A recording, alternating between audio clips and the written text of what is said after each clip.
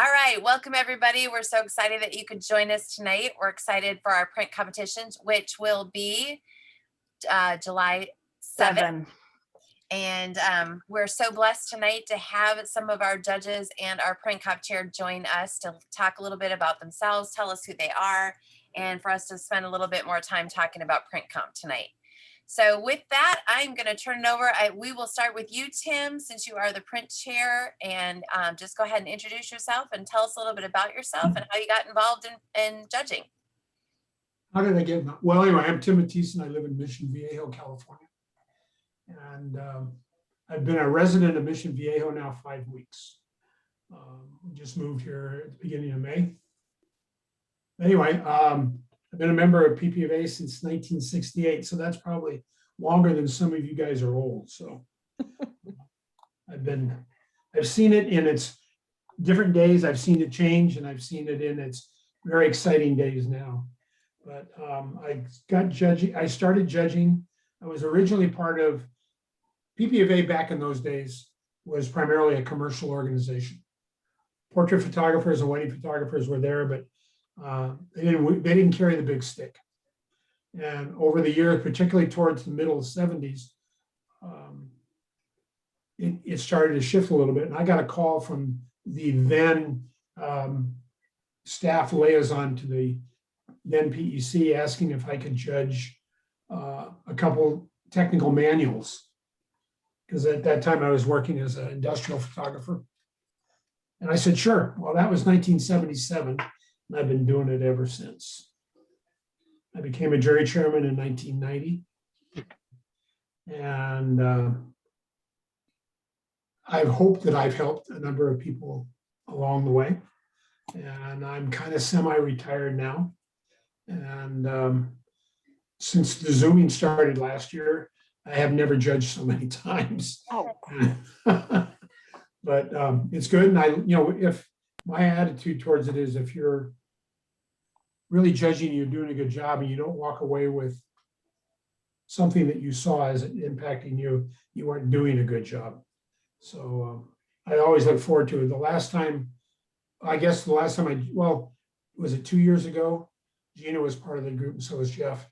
That was the last actual face-to-face judging that I participated in. And so I'm looking forward to doing it again. Awesome. Well, thank you again for being the print chair this year. We appreciate it. And let's have Gina go next. Okay, Gina Tussey, little old Maryville, Tennessee photographer. I lived in Minnesota for a while. I used to work for Lifetouch 100 years ago. Everybody boo really quickly. I know. But that's how I got my start, because, at that time when I started photography 20 something years ago, women did maternity and they did babies and sometimes weddings. And, there weren't a whole lot of women in the portrait field when I started, at least locally. It was all man-based. And I begged the man for a job, and he gave me a job. And then once I started winning awards, I said, you need to pay me more. And he said, no. And I said, fine, I'm going up north. So it just kind of worked like that. I actually came through judging with Pete, judging workshop with Pete. And we had the best ever judging group. I'm sorry, everyone else pales in comparison. We have PG and gosh, Tony and everybody in that group is like all fabulous. Now I'm actually going to redo my judging class again next year, just because no matter how much we judge, things change, and it's always nice to get a new perspective from the new people that are coming in, and sometimes feeling like an old, pardon my French, fart. We still, you can always learn more and go farther. And I love judging, because my biggest thing is I love being able to give critiques and feedback, because I get so excited. What should be 2 or 3 minutes ends up like 15 minutes on a video. And I'm jumping up and down and giving my telephone number and going, I need to see this, go through an IPC, so I just get a big kick out of it, because I get very excited about competition, because you don't grow if you don't play. So that's me. Awesome. Very good. Well, thank you to Gina for being on our panel of judges, and I will move to Pete next. Wow. Well, my name is Pete Rizak. Hey, Kevin Floyd, I got a question for you. Unmute yourself.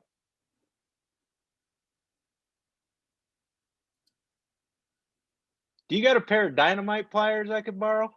I do.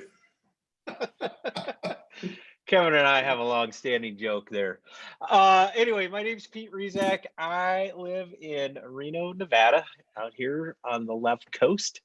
I have to attribute my interest in getting involved to judging to Mr. Tim Mathieson here, who's going to be our jury chair. I I'm a member of the Professional Photographers of California and had the opportunity to go through all the chairs on that board of directors. But Tim had a judge's class for California, and I thought I'd take that just to learn a little bit more about it. Thought it was so exciting what I learned from him that day that I ended up taking the PPA judging class, and that was with Gina. Yeah, Gina, that's like 5 years ago already.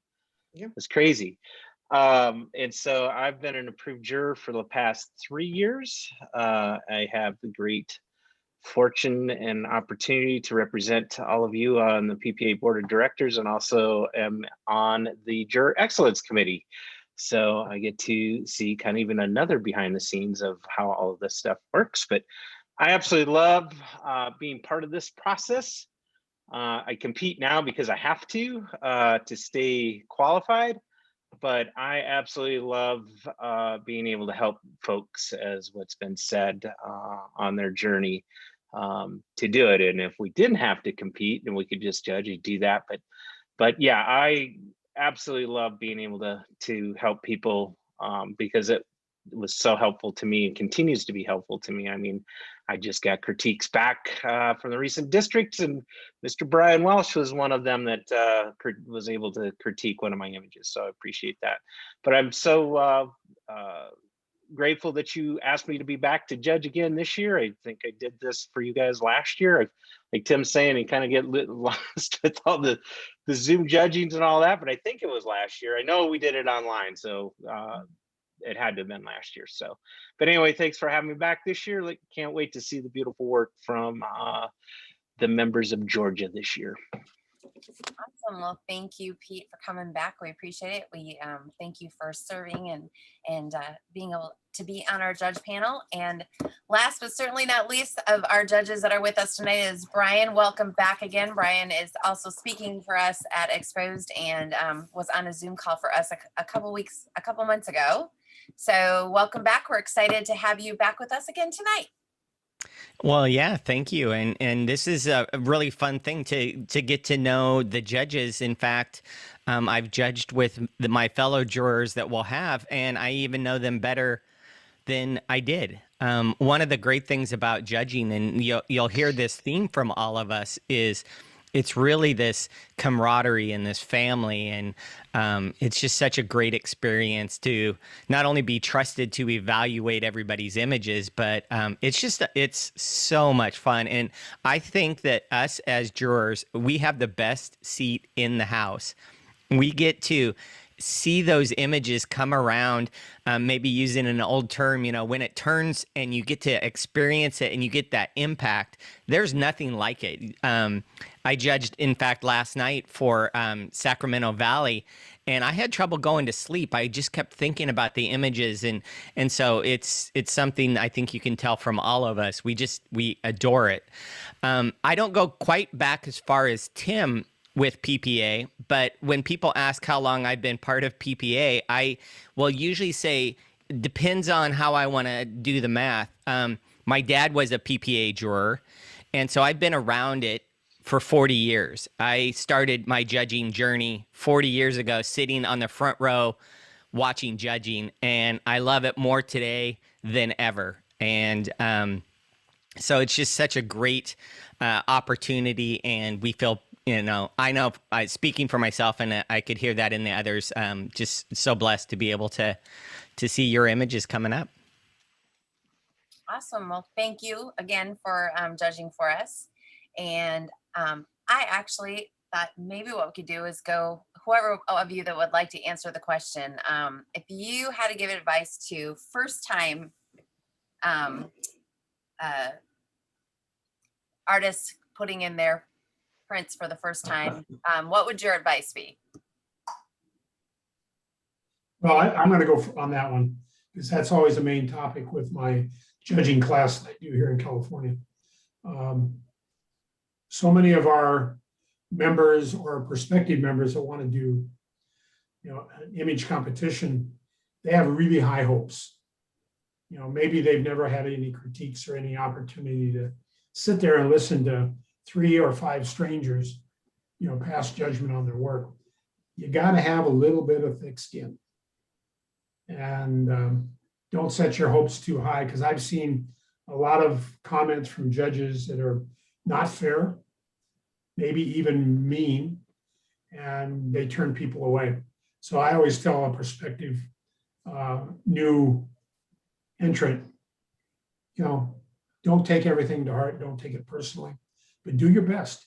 Show us the best thing that you've got, and always ask questions. A lot of our affiliates in California, they have what we call a master's gathering, where people can bring a box of, just prints or an iPad with images on it and sit down with the masters in a group and just get feedback. And that's what I think new people, well, they all should do it. I think we all do it, but particularly new people to kind of get a feel for it so they don't get blindsided. Anyone else want to weigh in on that? Sure. Yeah, Oh, go ahead, Gina. That's okay. Go ahead, Brian. I'll wait. I want to hear what you have to say too. I was just gonna say I would also encourage people to be bold. Don't try and just shoot for just a merit. I mean, be bold. Put your heart and soul into it, and like Tim said, then have thick enough skin that it's just an evaluation of your work at that snapshot in time. All of us, if we look back to our first merits, we go, wow, it might not even merit today. Now, it's still based on the 12 elements, but I just want to encourage everybody to be bold, use your creativity and your style, put your own spin on things and tell good stories. And of course, have technical excellence and composition and all of those things. But I really want to encourage the creativity, the storytelling. That's where so much of the impact comes from. Gina, do you want to go next? Yeah, actually, I was going to just add on to that.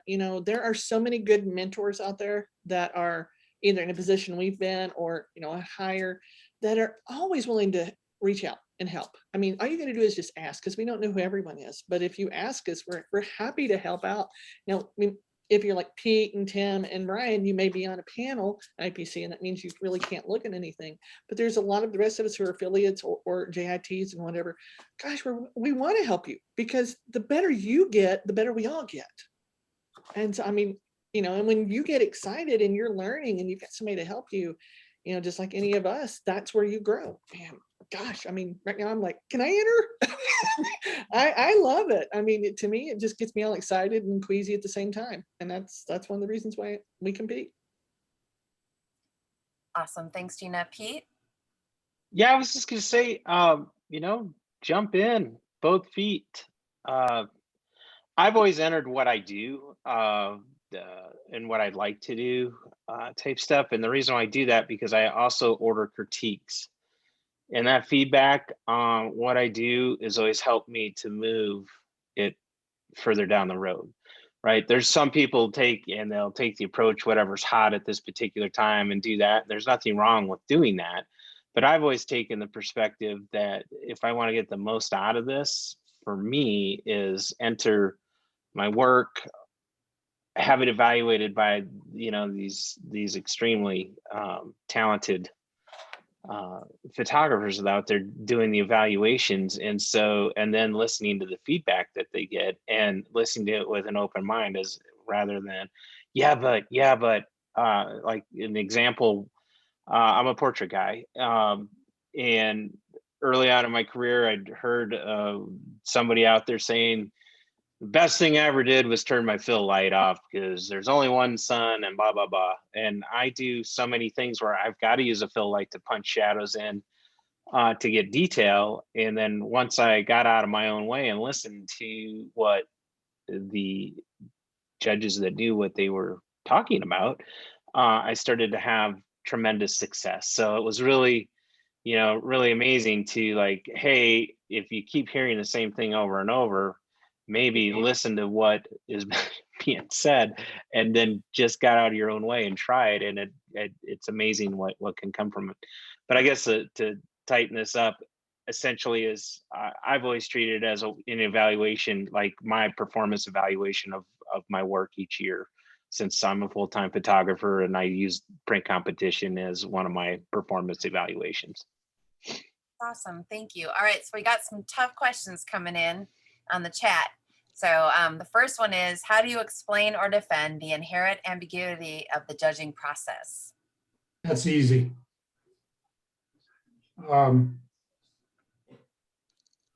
We go into an event to try to be as objective as you possibly can in a very subjective environment. And so if there is ambiguity about it, I think that's inherent in the way we do it. You know, we have to judge what we see.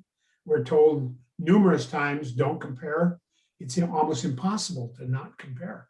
I mean, we're human beings. We react, and we are empowered by all the influences that we have around us. We do the best that we can under the situation. You know, with being a Zoom judging, it's even maybe a little safer.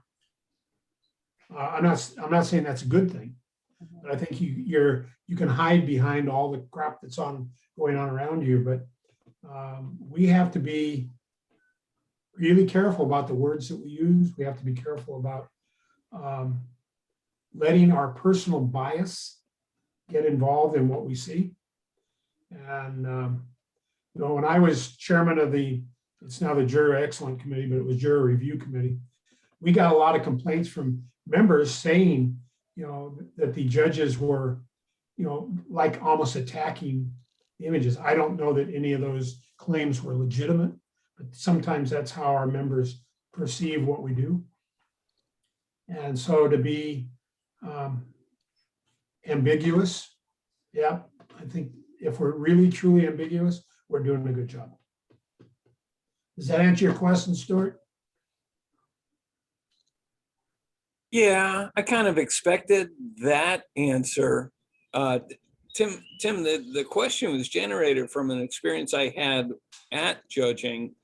I witnessed a situation where, you know, one juror gave an image a 100, and another juror gave it a 78, and the others were somewhere in the mix on the high side.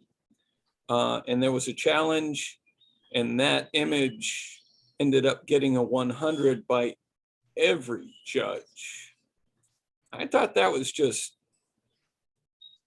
I still can't get my head around how that can happen. How can a 78 become a 100? That's just.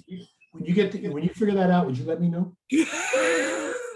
I have seen that numerous times, you know, and you know, I think over the last, well, basically since we went digital, we've had just an explosion of hundreds. Yeah. When we were only looking at images generated from film, Pete, we saw very few.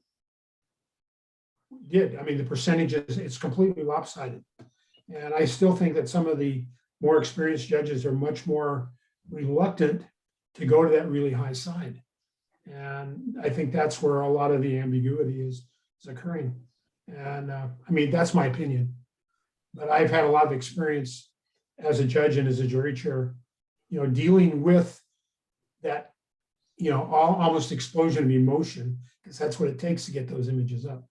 And it takes a really good judge sometimes to, you know, be so convincing in their response that it takes a 78 and brings it up. So, you know, there's all kinds of stuff out there. We're all so influenced by our environment. And that means the people sitting next to us, the environment, you get in a room and you got an image that's getting close to 100, there's an electricity throughout the whole room. That's why we take a break after 100, because you want to be that next print coming up? I don't. Pete, you had a weigh in on this? Yeah, yeah. Well, I got a perspective on this too, and I don't claim to have even close to the experience that Tim's had because he's been involved with this association with PPA before I was even born. So, but I will tell you, I will tell you from coming through the process here recently, though, is we're taught to listen to one another and don't let your egos get in the way. It's not about us, it's about the image that's in front of it.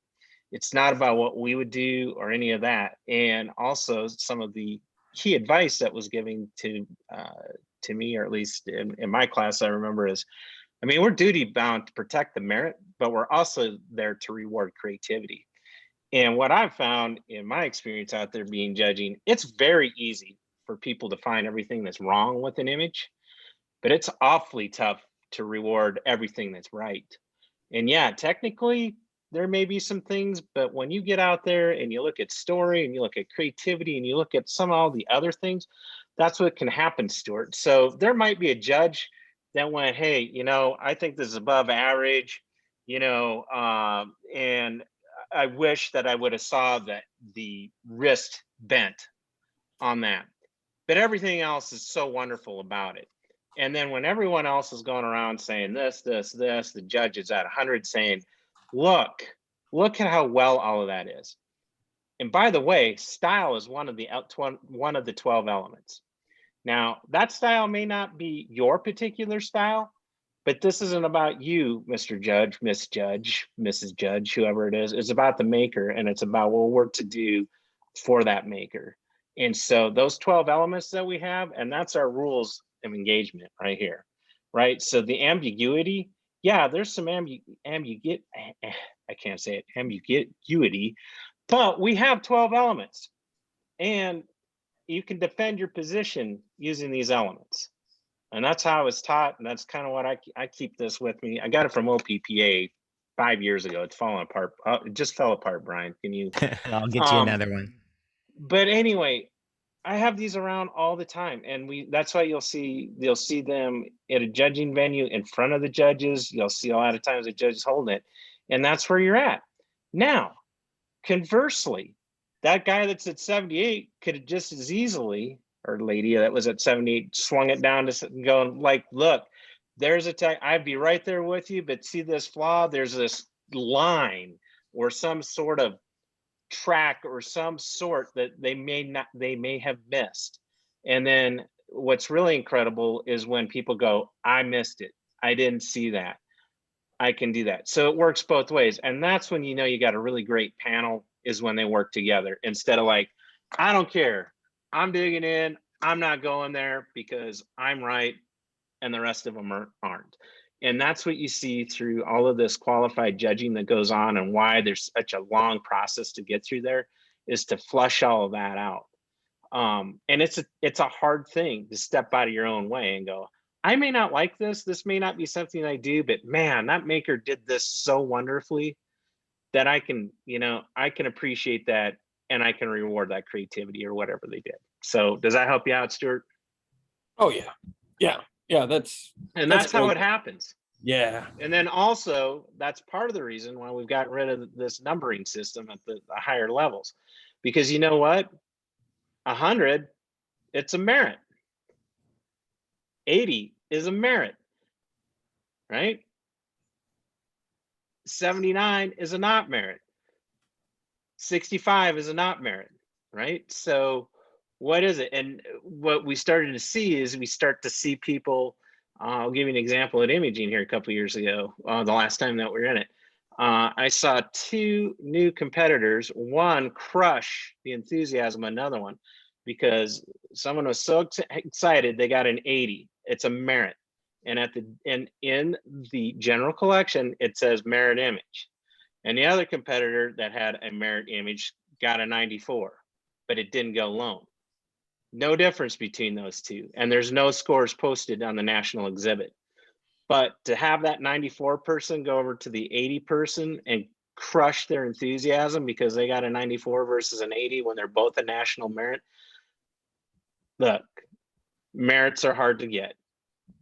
They're hard to get. And at the fundamental of everything, that's what they are. back in the mid 90s, when we went to the in-out, no merit system the very first time, our justification to the members was the job or the purpose of the national or IPC or whatever we're calling it, was to determine whether the image is of merit or not, period. That's all the job was. And if it was of exceptional quality, then possibly it would make loan. Yep. That's really the real simple bottom line. The Yep. job is to determine whether it's of merit quality or not. And a different panel may see it differently on a different day. That One or two 100 could judges go in see front of this. another panel and could go in front of another panel and get a 78. And then you go, which panel got it right? Well, the one that gets scored at 100, obviously, right? No, they're both right. I mean, right? I mean, it's any given dog in the race. I mean, it's no matter how you hit those 12 elements, you know, let's say I'm not a baby, you know, a baby photographer, so I may look at babies different or whatever. And you're trying to keep that, like what Tim was saying, you're trying to keep your personal inflicts out of it. But I mean, it's still, because you go to an art museum, you go past the ones that you're not enthused about, you stand and stare at the ones that you are, because they touch your heart in some way. And that's really what it's all about, is making the judges go, oh, I want that in my house. You know, so yeah, I mean, regardless of what it is. So I have one last thing to add on this topic, and it keeps going through my head is the best way to kind of explain the system and the ambiguity of it is the fact that we have to have trust in the system. It is tried and true. Those 12 elements are, you know, the thing that we stand on, and we listen to each other. I think that it maybe back in the day, it was a little bit more about trying to be right. And now it's trying to say, hey, here's my score when I started. That doesn't mean that's where I have to end up. And I have to have trust in the system and the person on my left and on my right, or, you know, on the screen. And as long as I can have trust in the system, I can take the good and the bad and believe in it. It's not perfect, but it's the most perfect system that we have. And so the jury charge, if you don't know the jury charge, I listen to it before I go to bed every night. And I'm kind of joking, kind of not joking. But if you listen to it, that's what we listen to before every competition. And by the way, I have to give a shout out to Pete. I've judged with Pete so many times. He doesn't look around when the jury charge is being played. He leans in and his eyes don't leave the screen. That is our marching instructions, and we believe it and trust it. And that's the best way I can and say, you know, it's not always going to go your way, but just believe the process. Awesome. That was a great question, Stuart. All right. So I had a guy told me once that you got to get in there and you look at the image and that's all you do. And you speak to it, right, Tim? That's what he told me. all right, next question. How are jurors or panels selected for judging locally and at IPC? Is there any difference in the process? Well, I can speak to that because I've been at all those levels. Let's start at the local level first. In my very local association, which is Professional Photographers of Orange County, we have a list of judges, list of members that have taken my class, and we give that class throughout the state. And after that, it's a day-long class, and we turn that list over to all of our affiliates, and they can pick from that list if they want. They don't have to, and it just gives them exposure to sit in that hot seat. I invite anybody, particularly the ones that complain the loudest, to come in and sit down and know what it feels like to have those eyes boring through the back of your head while you're sitting there, you know, judging their images. At the state level, I try to use PPA affiliated jurors and jurors in training, JITs, because they need that experience of judging at the state to qualify to become approved. And I keep a pretty good list in our state, and we've had probably some of the best competitions we've had in the last 4 or 5 years because of access to that judging list that PPA provides. Awesome. But as far as there's one other- IPC is concerned, that's the job of the of International Photographic Competition Committee. It used to be the PEC, but they're the ones that do the selection for district and IPC of qualified people that have taken the course that Gina was talking about. And Tim, I've heard, this term, and maybe not everybody's familiar with it, but that it's nice to have a panel that, obviously has different opinions on things. So you want maybe some people that are a little more technical, some toughies, and you want some people that are emotional and fluffies, and maybe some neutrals. I mean, I think that we're all trained to be all things. I mean, I look for technical excellence as much as I look for creativity. I do have a nice soft spot for great storytelling that just really moves me. I won't overlook technical excellence. And then there's other jurors that are just so technically sound that it gives me a lot of faith to be bold to maybe lean into my creativity, because I know that they have the technical side. And so a panel is really made up of people who kind of have all the skills, but some of us might lean a little more one way or the other. Tim, can you maybe talk about how you evaluate jurors as toughies, fluffies, or neutrals? As a jury chairman, I have to evaluate jurors based on their performance. And I know for the most part, most of them, I know the personalities. So their personalities are certainly going to influence how they score. And both of them can do a very, very good job. When I create a panel, I try to keep a balance. I've had, unfortunately, panels of nothing but very technical people. And then conversely, I've had panels of nothing but warm and fluffies. And neither one of those panels performed to my expectation, because you need a little bit of both on both sides. I've seen some really beautiful prints that may have had a few little technical glitches in it that go down in flames. And without somebody warm and fluffy on the other side, you don't have that balance. And there's a lot of prints that have gone into the trash can that shouldn't have. Both ways. Too cute and not paying attention to the technical side. That's why a balance is really necessary. And it doesn't matter whether you have 3 and 1, 4 and 1, 3 and 1, or 3 and 2 or whatever. As long as their ability to communicate and share their challenge or their conversation during a challenge, that's what makes for good judging. Anyone else want to comment on this question? Yeah, I would just say that there's stats that are kept on every judge by PPA too. So all of their scoring, how quickly they put things in, how they challenge, if they've won their challenges, all the things. And so all of that gets evaluated, and put together when they're compiling all of that. So there's a lot more behind the scenes than a lot of people realize. And there's a lot that goes into making sure that they provide the very best panels that they can provide for the members. One thing that when selecting for an individual to be a jury chair, I tried this one time because when it was told to me, you don't want to control the panel. You want to direct the panel, you want to keep the panel together, but you don't want to over influence the panel. So on one panel, I tried it. I wanted to see what would happen if I kind of challenged too many times, or if I tried to cut in on a judge's comment. And it most certainly is the truth. The jury chairman can very easily control the direction of the panel. So those of you, I think most of you have judged with me. I don't do that at all. Once in a while, I'll interject something that I think either somebody missed or really needs a little bit more kick.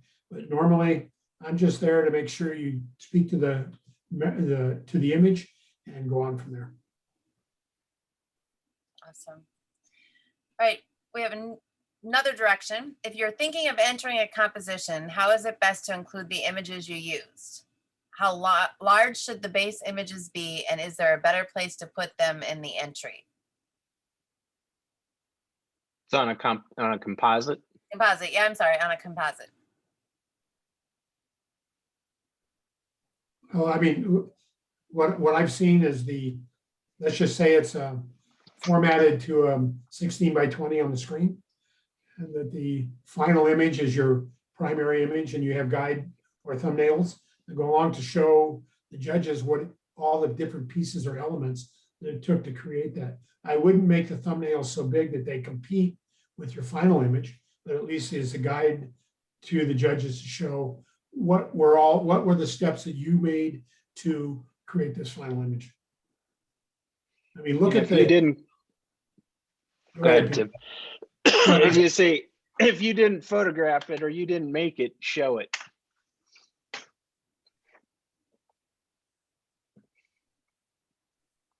I've made the mistake a few times when I've entered artist. I am not by any means a grand artist, but I have found and had the feedback, you know, when you put your guidelines over here, you had one that was a little bit brighter than the others, and my eye was drawn to that instead of staying within your image.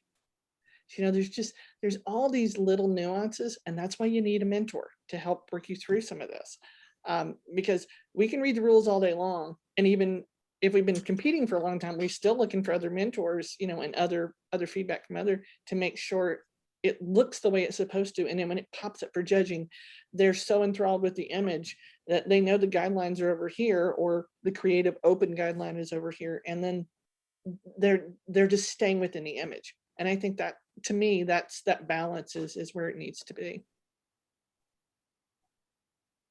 Any other comments on that one? All right. And Pete, you kind of answered this next question already with what you were sharing earlier, but how do you all stay current with your work, and does this push you as a judge? That's my issue with that is I have to push myself. I mean, a lot of the work that I do may or may not be worthy of competition. I do a lot of architectural stuff, but we do a lot of architectural detail stuff, which the client wants, and which is no way in the world would I want to shoot that for competition. So I have to go outside and challenge myself in other things, and that's what I do. And I mean, I hear photographers say, I don't go out and shoot anything unless I'm going to make money on it. And that's fine. That's certainly their choice. But I go outside to shoot things that I don't make money on just to keep myself fresh.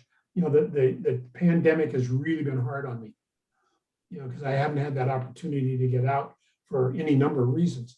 But, and like now the last 5 or 6 months has been terrible because my wife was hurt and I haven't been able to get out, and I haven't used my camera in probably 3 months. And, you know, so now that we, at least in California, we have the no mask rule if you've been vaccinated. I'm going to get out there, even if I just have to walk around the block looking for something. And to that point as well, you know, pushing yourself, I think it's also fun to fall in love with the process and not the result. So, you know, it's going out, having fun, looking at things fresh. There's a great quote, looking for things you've never seen before. So one of the things I like to do is just, you know, get out and go for a walk and say, you know, I've been around this block before, but what can I see differently today? And you start to do that, it's going to make your competition images. The critique that I did for Pete, I won't tell about the image, but I wouldn't have recognized it from Pete's work. And in the critique, I talked about how he challenged himself in a different way than I know Pete's work. And that inspires me to say, Brian, get out of your own way and try something different. So it's got to come from within. We don't do it for scores or trophies or anything else, but just to challenge our own beliefs and our own work.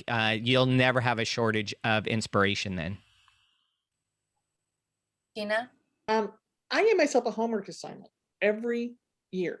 And if I could turn my computer around, you'd see this huge Post-it notes that have all these ideas written all over them, you know, driving past billboards, watching Harry Potter or something, and it clicked something in my head.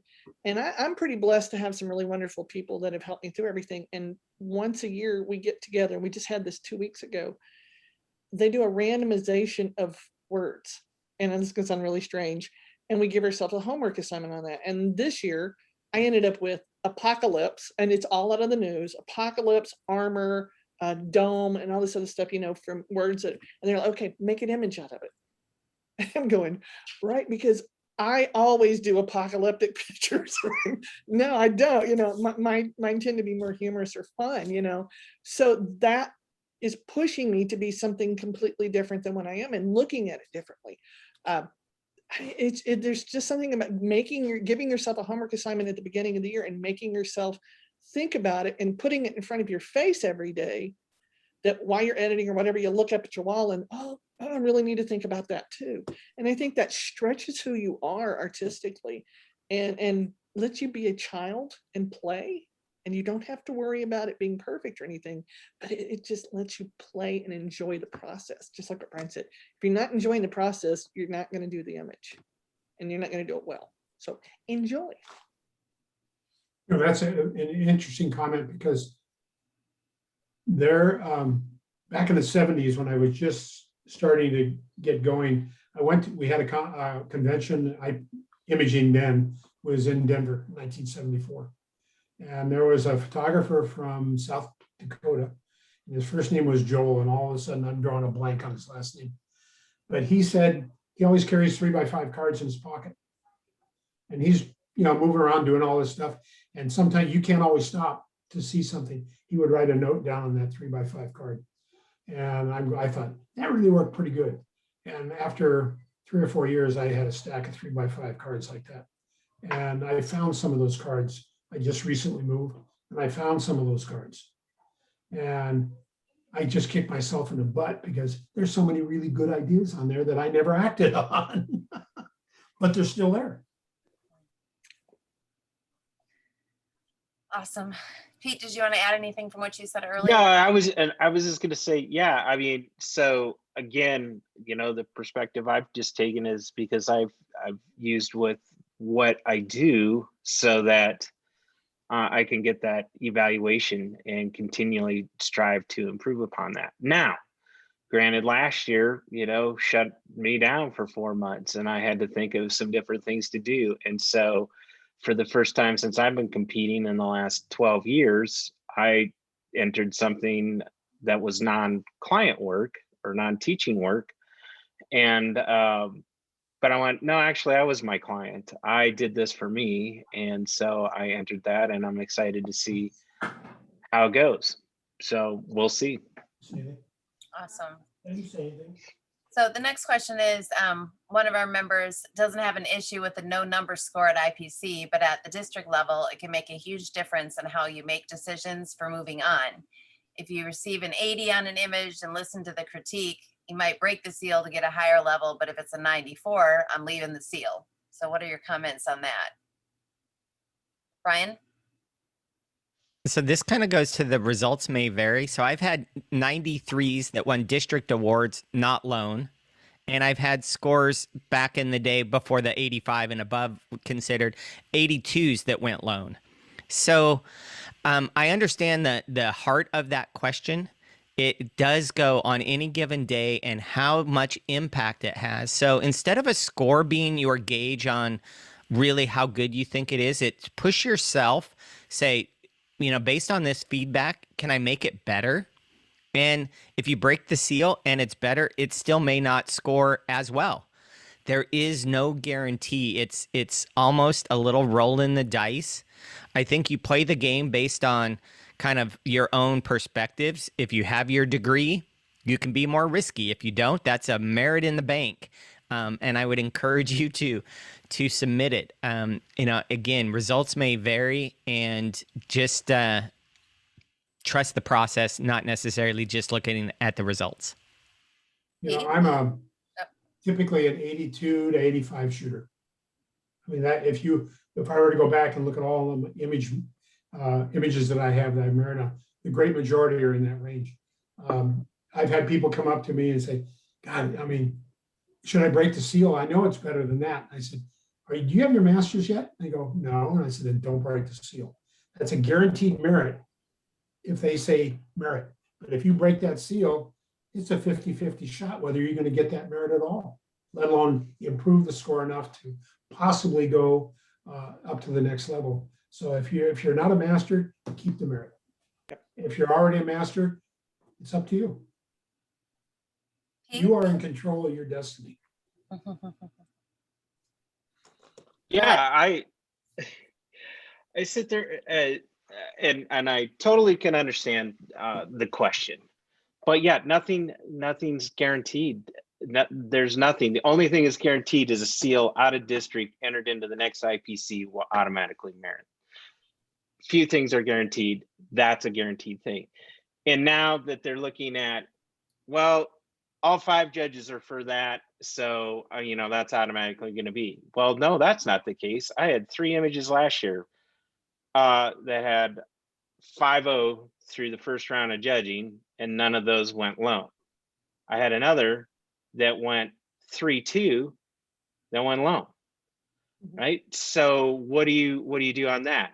So if you're so stuck on numbers, you could think that all 5 of those judges were at 80. And all it was an 80 print.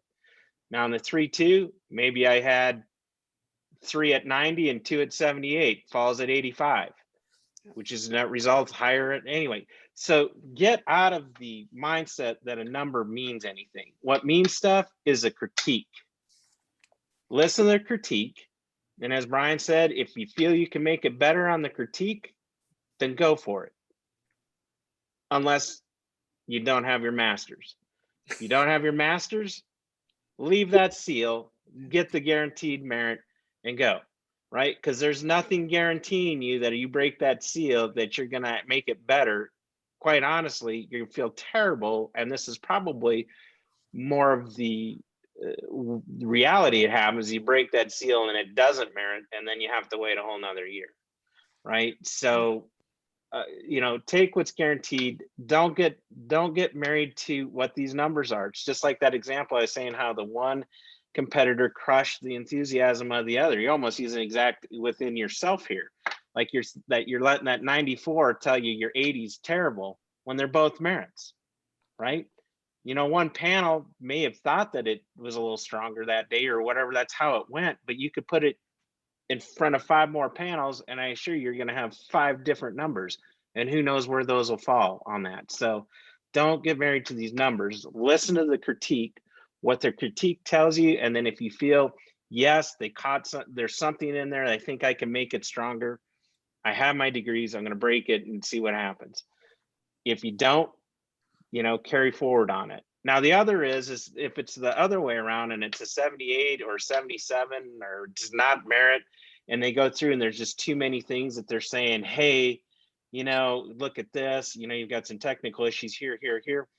There's really rarely have I seen, and with my own experiences, I went through this several times thinking I could polish that up into something, and it still fell short.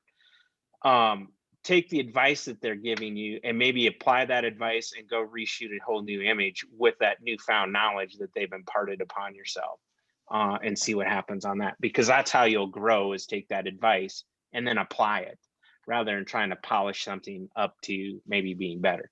Because if you don't have the skills that maybe the person's telling you how to do it, you know, you're just probably, you know, going to probably fall in the same result or just barely get to where it is, but you're probably going to have a hard time really punching it even that next level higher. I'm going to make one little comment and regarding it. And Brian is my superhero for this. A number of years ago, I entered an image into a local and a state, and it did okay. And then Brian saw it, they judged it. He said, you need to send this on. You need to send this on. And I'm like, oh, it's just case filler, well, you know, and it was my pet. And so I entered it in district and it did well, sealed, went to IPC, loaned, and won a GIA. Yeah, to this day, I still wonder what all the judges were smoking that day.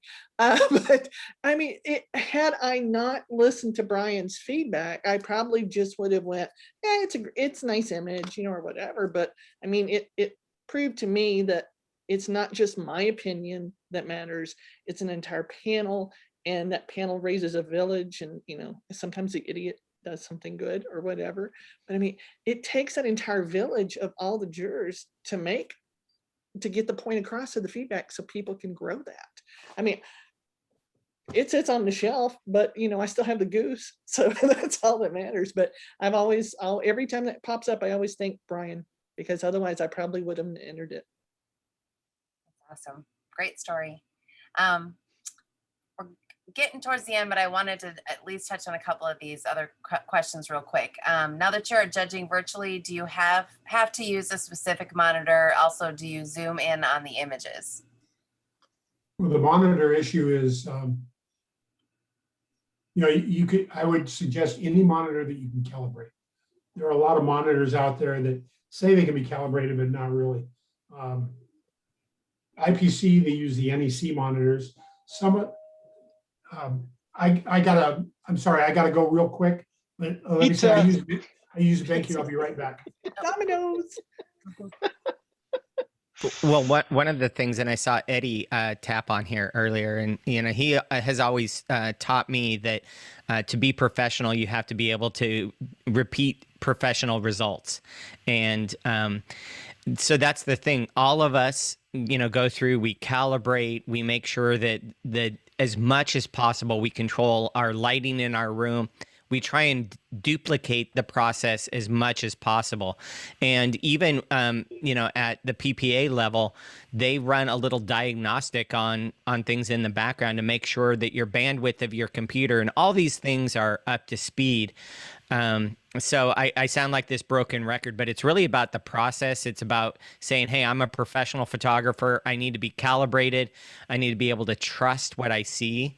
And, you know, hopefully no judge is going into it, judging off their phone or, you know, as a really poor example. But I would think everybody's taking it pretty seriously. I use a BenQ. I judged in Utah a couple years ago. And I mean, I'm so used to looking at NEC monitor. I go, wow, what is that? And it was a BenQ. And I think our state association uses BenQ now. Very reasonably priced, very easy to calibrate. And you really should do that. But some of the lesser expensive monitors just really don't do the job, and you're not doing yourself any favors by taking the shortcut to a cheaper monitor. Pete? And to follow up on the other portion, no, we can't zoom in on images while we're Right. judging. You can lean in and look on your screen, but you can't zoom in. Now during critiques, we can zoom in so we can look at things, but we can't, and we do not while we're judging. You know, a lot of associations are using printcompetition.com, which is a great vehicle by which to do that. And you can't zoom in on I mean, Jeff Burton, who's the guy behind that, has done an amazing job. But I mean, he's been asked a number of times, why can't we zoom in? Because it's not allowed. Awesome. I'm going to touch on a really easy one. Is the World Cup associated with IPC, or is it a totally separate competition? Yes and no. The team is put together after the IPC is completed. They take the top winners of the GIAs and all that stuff, and that team that comes from that group. But it is a separate competition. You know, they compete against, I don't know how many countries there are now, 19 or something like that. And there's some strong work out there. Whew. We got our butts handed to us this year. We didn't even place. But it is a separate competition. Okay. Here's a more detailed question, because we're right at the end, so we can end with this question. Can you talk about presentation standards, for example, the thickness of the digital mat and the stroke? It's a good one. that's a personal thing. I mean, it's based on, you don't want the stroke to be so strong that that's the first thing you see when an image comes up on the screen. Back in the good old days when I was running a color lab and people would request certain underlays and things like that, I always told them that you tell me what you want and I'll do what you want, but I'm not going to suggest. But so when you're doing it on your computer, make it just as thin as it need be to complement the image, but not overpower the image. And the same thing with color mats. I mean, you don't see a lot of color mats that really work. You know, black mats are obviously the most dominant one. White mats, the museum presentation type, they work really well on a nice black and white image or a high key image or something like that. But you don't want the mat or the stroke or anything, whatever you want to call it, compete with the image. You want to see that image first and be complemented by its presentation. That's the whole idea of what the presentation element is all about.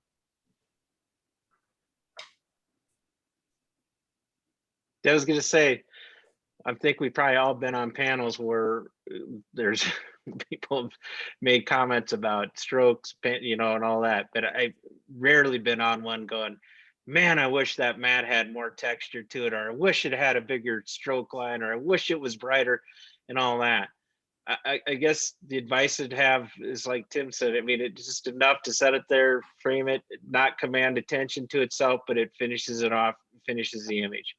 You know, because if we're all looking at your presentation and not looking at the image, then you've kind of, it's defeated the whole purpose of it, because we want to look at that beautiful image, not this creative mat.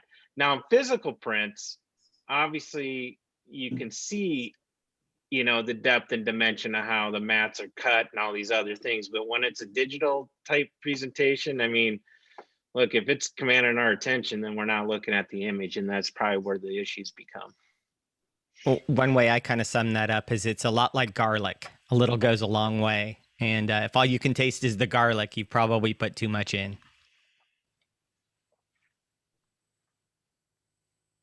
It's the bow on top of the present. The easiest way to judge it is when you got it on your screen, if the first thing you see is the stroke, it's too strong. All right. I think we're about out of time. I wanted to thank each and every one of you for taking the time to join with us tonight, and especially to our jurors that will be judging July 7th. So if you are planning on submitting, I believe the deadline is midnight on the 4th of July. I believe that's what we've set. So go ahead and get to work on those images. And it's July 4th at 1 a.m. So that would probably be July 3rd at midnight, basically. Okay, I got that one wrong. Are you- Thank you for clarifying. Okay. Are you using printcomp.com? Yes, we are. Okay. Absolutely. Kevin, get those dynamite pliers ready for the 4th of July. All right. Thank you again, everybody. Have a great evening, and we appreciate you joining Thanks us. for having us. See you guys. Thank you, Thank guys. you, everyone. Bye. Bye. Thank you.